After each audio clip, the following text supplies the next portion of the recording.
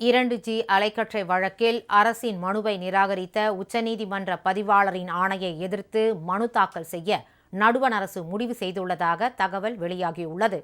கடந்த 2012ஆம் ஆண்டில் 2G அலைக்கற்றை வழக்கில் தீர்ப்பு வழங்கிய உச்சநீதிமன்றம் தகவல் தொடர்பு சேவைக்கான அலைக்கற்றைகளை ஏலம் மூலம் மட்டுமே ஒதுக்க வேண்டும் என்று ஆணையிட்டது. இந்த தீர்ப்பு குறித்து தெளிவு தேவை என கூறி கடந்த ஆண்டு டிசம்பரில் நடுவண் அரசு சார்பில் உச்சநீதிமன்றத்தில் மனு தாக்கல் செய்யப்பட்டது. ஏலத்திற்கு பதிலாக நிர்வாக ஆணை மூலம் அலைக்கற்றைகளை ஒதுக்க அனுமதிக்க வேண்டும் என்றும் மனுவில் கோரப்பட்டிருந்தது. இந்நிலையில் 2G வழக்கின் தீர்ப்பில் விளக்கம் கோரி நடுவண் அரசு தாக்கல் செய்த மனு பட்டியலுக்காக வந்தபோது உச்சநீதிமன்ற பதிவாளர் அதை நிராகரித்துள்ளார். விளக்கம் கேட்பதாக கூறி தவறான மனுவை தாக்கல் செய்திருப்பதாக அவர் கண்டனம் தெரிவித்துள்ளார்.